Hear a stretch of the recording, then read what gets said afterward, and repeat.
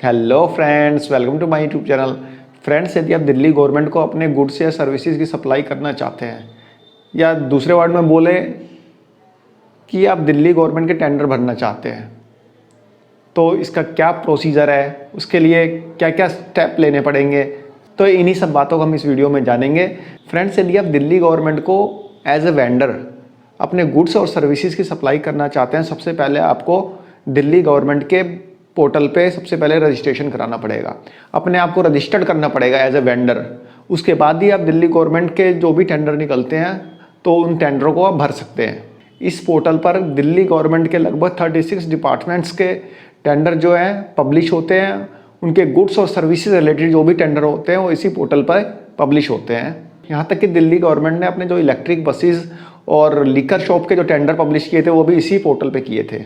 तो इन 36 डिपार्टमेंट्स में जो मेन डिपार्टमेंट्स हैं वो हैं जैसे PWD, दिल्ली जल board, Delhi Transco limited, Delhi transport department, education department Delhi, NDMC, DSIDC। तो इन सभी, इसके अलावा भी बहुत सारे डिपार्टमेंट्स हैं जो कि मैं आपको जब रजिस्ट्रेशन करूंगा तो मैं आपको दिखा दूंगा कि कौन कौन से डिपार्टमेंट्स हैं। तो इन सभी डिपार्टमेंट्स के जो भी टेंडर निकलेंगे वो इसी वेबसाइट पे निकलेंगे, इसी पोर्टल पे निकलेंगे।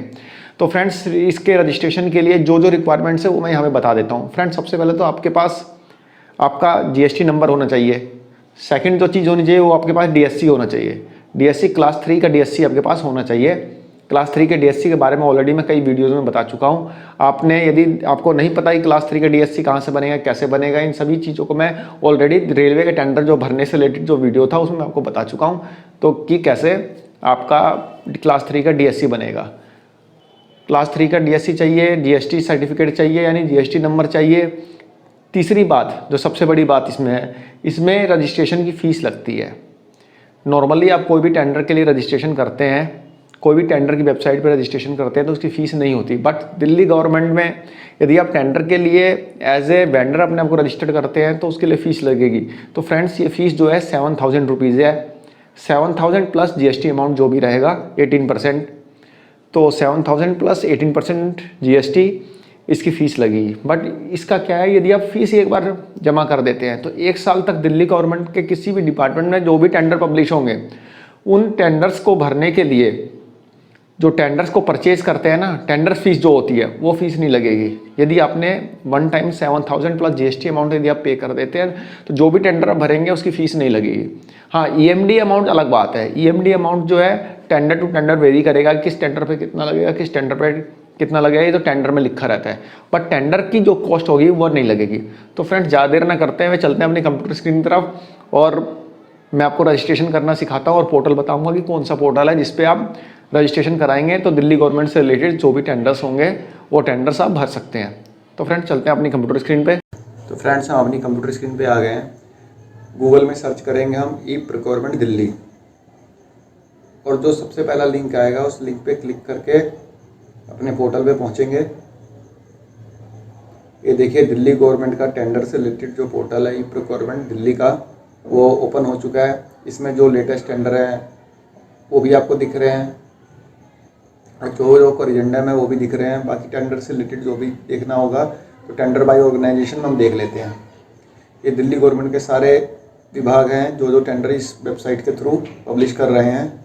जैसे दिल्ली जल बोर्ड है, इसमें देखिए 258 टेंडर्स निकाल रखे हैं। तो इस पर हम क्लिक करके देखते हैं दिल्ली जल बोर्ड ने कौन कौन से टेंडर्स निकाल रखे हैं। ये देखिए, दिल्ली जल बोर्ड के सारे टेंडर्स हैं, सारे दिल्ली जल बोर्ड से रिलेटेड टेंडर्स है। इसमें सिविल और गुड्स के टेंडर भी सारे इसी में इंक्लूडेड है। अब ध्यान से देखेंगे तो उसमें आपको नज़र आ जाएगा कौन सा सिविल का है, कौन सा गुड्स का है। बैक आके हम और देख लेते हैं इनके और डिपार्टमेंट्स के टेंडर। जैसे अब देखिए, जैसे PWD डिपार्टमेंट है, इसने 148 टेंडर्स अभी पब्लिश कर रखे हैं, यानी ये एक्टिव है, इनको भरा जा सकता है।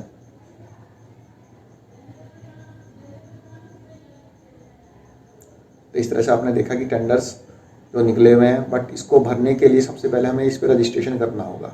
रजिस्ट्रेशन करने के लिए ऑनलाइन बिडर एनरोलमेंट पे हम क्लिक करेंगे। क्लिक करके अब यहाँ पे हमें ये फॉर्म पूरा फिलअप करना पड़ेगा। सबसे पहले यहाँ पे लॉगिन ID फिल करेंगे। आप लॉगिन ID कुछ भी बना सकते हैं। मैं यहाँ पे अपना ईमेल आईडी और लॉगिन आईडी रख लेता हूँ। आप चाहे तो दूसरा भी लॉगिन आईडी बना सकते हैं, ज़रूरी नहीं है कि ईमेल आईडी ही लॉगिन आईडी हो, बट मैं अपना ईमेल आईडी और लॉगिन आईडी सेम रख लेता हूँ, कहीं भूल ना जाऊँ इसीलिए रख रहा हूँ। ऐसा कुछ नहीं है कि नहीं अलग नहीं रख सकते, आप अलग रख सकते हैं। यहाँ पे अपना मोबाइल नंबर डालेंगे, ऐसे इंडिया का कोड सेलेक्ट कर लेंगे 91, ये मैंने सेलेक्ट कर लिया इंडिया कोड। यहाँ पे अपना मोबाइल नंबर डाल देता हूँ। यहाँ पे आप कंपनी का नाम डालेंगे। कंपनी से बोले तो ये नहीं है कि प्राइवेट लिमिटेड कंपनी हो, आपकी फर्म जो भी है उसका नाम आप डाल सकते हैं। रजिस्ट्रेशन नंबर में आप जीएसटी नंबर डाल सकते हैं।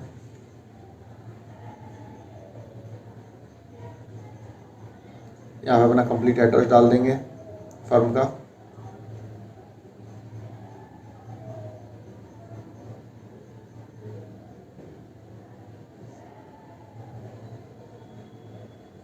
कंप्लीट एड्रेस यहाँ पे हम डाल देंगे।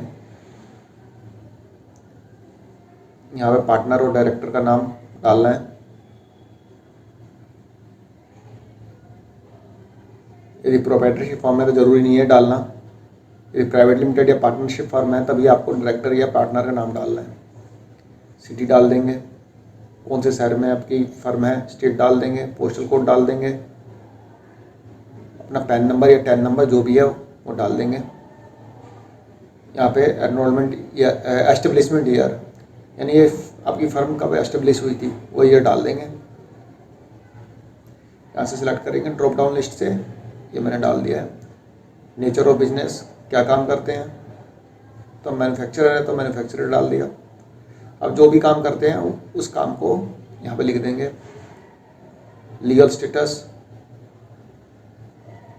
Others, SSI small scale industry में डाल देंगे, या फिर माइक्रो या यूनिट, माइक्रो या फिर स्मॉल में डाल देंगे। तो small unit as per MSME ये मैंने सेलेक्ट कर लिया है। यहाँ पे मिस्टर या मिसिस जो भी है सेलेक्ट करके नाम डाल देंगे प्रोप्राइटर का, और डेट ऑफ बर्थ यहाँ पे डाल देंगे।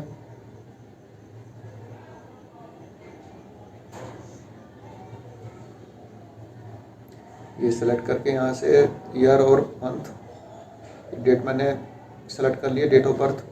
डेजिग्नेशन क्या है, प्रोप्राइटर।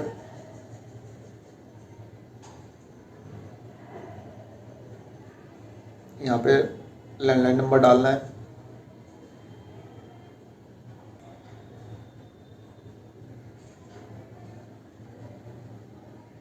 और यहाँ पे कैप्चा कोड डाल के सबमिट कर देंगे। आप ये सारी डिटेल एक बार केयरफुली चेक कर लेंगे सारा का सारा कि कोई गलती तो नहीं है। सारी डिटेल चेक करने के बाद हम इसको सेंड वेरिफिकेशन कोड पे क्लिक कर देंगे, तो आपके मोबाइल नंबर और ईमेल आईडी पे एक एक कोड आएगा, वेरिफिकेशन कोड। इन दोनों कोड को आप यहाँ पे डाल देंगे। सबसे पहले जो कॉलम है मोबाइल वेरिफिकेशन कोड का है, तो मोबाइल वेरिफिकेशन कोड यहाँ पे डालेंगे।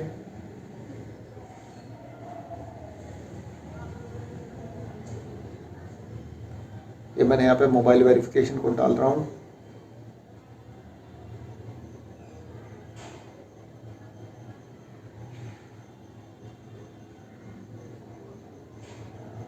ये मैंने मोबाइल वेरिफिकेशन कोड डाल दिया। यहाँ पे ईमेल आईडी पे जो आपका वेरिफिकेशन कोड आया होगा उस वेरिफिकेशन कोड को यहाँ पे एंटर कर देंगे और पासवर्ड जनरेट कर लेंगे।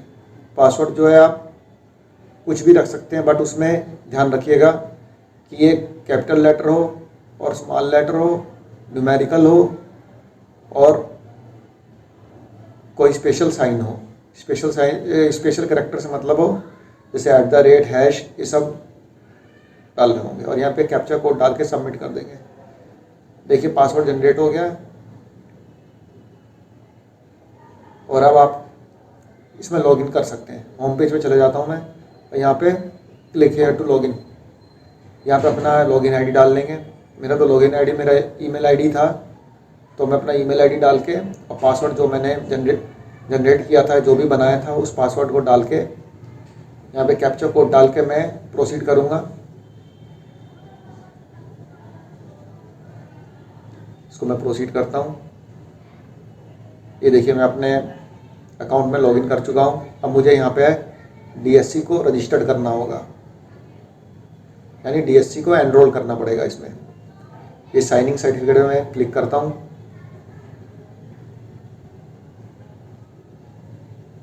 ये डीएससी को अपने आप ही सेंस कर लेगा। फ्रेंड्स, डीएससी से पहले ना आपको इसमें जावा इंस्टॉल करना पड़ेगा। आप जावा इंस्टॉल कर लीजिएगा, तभी आपका डीएससी इसमें काम करेगा। लेकिन डीएससी तो इसमें काम ही नहीं कर रहा, क्या रीज़न है? एक मिनट। अरे मैंने डीएससी जो है उसमें खोल दिया है गूगल क्रोम में। इसको इंटरनेट एक्सप्लोरर में खोलना पड़ेगा। आप अपना अकाउंट लॉगिन तो आप कर सकते हैं उसमें गूगल क्रोम में, बट डीएससी जो यूज़ होगा वो होगा इंटरनेट एक्सप्लोरर में। गूगल क्रोम इसमें वर्क ही नहीं करेगा, तो इसलिए मैं इंटरनेट एक्सप्लोरर में इसको दोबारा से लॉगिन कर लेता हूँ। ई प्रोक्योरमेंट दिल्ली लिख के सबसे पहला जो लिंक आ रहा है उस पर क्लिक करके मैं इसमें लॉगिन कर लेता हूँ। वो मैंने गलती से गूगल क्रोम में खोल लिया था। डीएससी जो है यूज़ होगा इसमें, जो भी सेंस करेगा डीएससी को वह इंटरनेट एक्सप्लोरर में ही करेगा, गूगल क्रोम या मोजिला में नहीं कर पाएगा। ये मैंने लॉगिन आईडी और पासवर्ड यहाँ पे डाल दिया है और यहाँ पे कैप्चा कोड डाल के मैं इसको प्रोसीड करता हूँ। मैं अपने अकाउंट में लॉगिन कर चुका हूँ। यहाँ पे साइनिंग सर्टिफिकेट पे सेम ये वैसे ही क्लिक कर दिया। अब देखिए अपने आप ही सेंस करेगा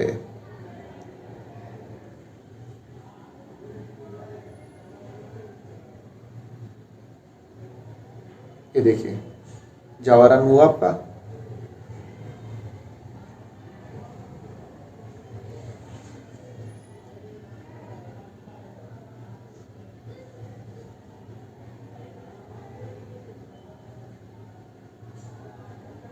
ये देखिए आपका डीएससी आ गया। डीएससी को हम सेलेक्ट करके जो भी आपका डीएससी है उसको सेलेक्ट करके ओके कर देंगे। देखिए डीएससी इज एनरोल्ड सक्सेसफुली, यानी आपकी ई प्रोक्योरमेंट दिल्ली की जो लॉगिन आईडी था उसमें डीएससी को सक्सेसफुली आपने एनरोल कर दिया है। इसमें नेक्स्ट पे क्लिक करते हैं। यहाँ पे वेंडर रजिस्ट्रेशन सर्टिफिकेट मांग रहा है, तो यहाँ पे मैं अपना जीएसटी नंबर इसमें अटैच कर देता हूँ।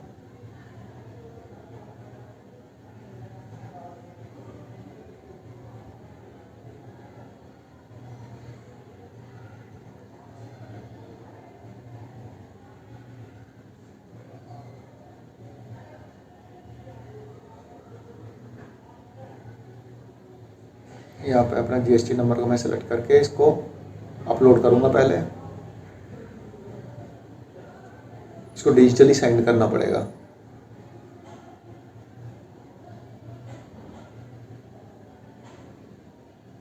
यहाँ पे अपना डीएससी का पिन डाल देंगे। इससे जो डॉक्यूमेंट्स आप अपलोड कर रहे हैं वो डिजिटली साइंड हो जाएगा। देखिए फाइल साइंड सक्सेसफुली आ गया। इसको यहाँ पे सेव कर देंगे। ये देखिए अब इसको फाइनली हम इसको सबमिट करते हैं। ये देखिए आपकी फ़ीस सामने डिस्प्ले कर रही है। रजिस्ट्रेशन चार्जेस 7000 और जीएसटी अमाउंट 1260 रुपये, टोटल 8260 रुपये। जैसा कि मैंने आपको बताया था कि दिल्ली गवर्नमेंट के ई प्रोक्योरमेंट पोर्टल पे रजिस्ट्रेशन करने के लिए इसके रजिस्ट्रेशन चार्जेस देने पड़ते हैं। तो यहाँ पे SBI EPay को सेलेक्ट करके हम सबमिट करेंगे और अपनी फ़ीस को डिपॉजिट कर देंगे। फीस डिपॉजिट करने के बाद आपका दिल्ली गवर्नमेंट के ई प्रोक्योरमेंट पोर्टल पर रजिस्ट्रेशन का काम पूरा हो जाएगा। उसके बाद आप कोई भी टेंडर भर सकते हैं और टेंडर को लेने के लिए कोई भी रजिस्ट्रेशन चार्जेस नहीं देने, और टेंडर को लेने के लिए कोई भी टेंडर की कॉस्ट पे नहीं करनी पड़ेगी। यहाँ से हम इंटरनेट बैंकिंग, डेबिट कार्ड या UPI के थ्रू पेमेंट करके अपने रजिस्ट्रेशन को पूरा कर सकते हैं। तो फ्रेंड्स, आपने मेरे साथ दिल्ली गवर्नमेंट के ई प्रोक्योरमेंट पोर्टल पे रजिस्ट्रेशन कराना सीख लिया है। आई होप आपको कोई दिक्कत आएगी नहीं। यदि फिर भी कोई दिक्कत आती है कमेंट बॉक्स में डालिएगा, मैं उसका सोल्यूशन आपको दे दूंगा। तो फ्रेंड्स, आई होप आपको वीडियो पसंद आई होगी। धन्यवाद, नमस्कार।